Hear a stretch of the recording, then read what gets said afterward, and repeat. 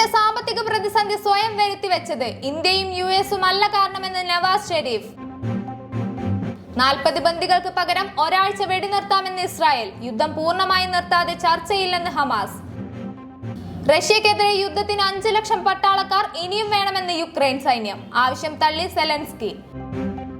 M ആരിഫിനും തോമസ് ചാഴിക്കാടിനും suspension. പുറത്താക്കപ്പെട്ട എംപിമാരുടെ എണ്ണം 143 ഉപരാഷ്ട്രപതി പദവിയെയും സമുദായത്തെയും അപമാനിക്കാൻ അനുവദിക്കില്ലെന്ന് ജഗ്ദീപ് ധൻഖർ.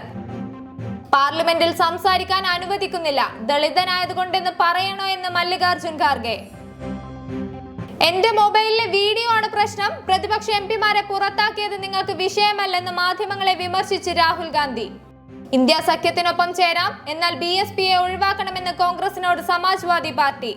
മോദി സർക്കാർ ജനാധിപത്യത്തിന്റെ കഴുത്ത് ഞെരിക്കുന്നു. രൂക്ഷ വിമർശനവുമായി സോണിയാഗാന്ധി.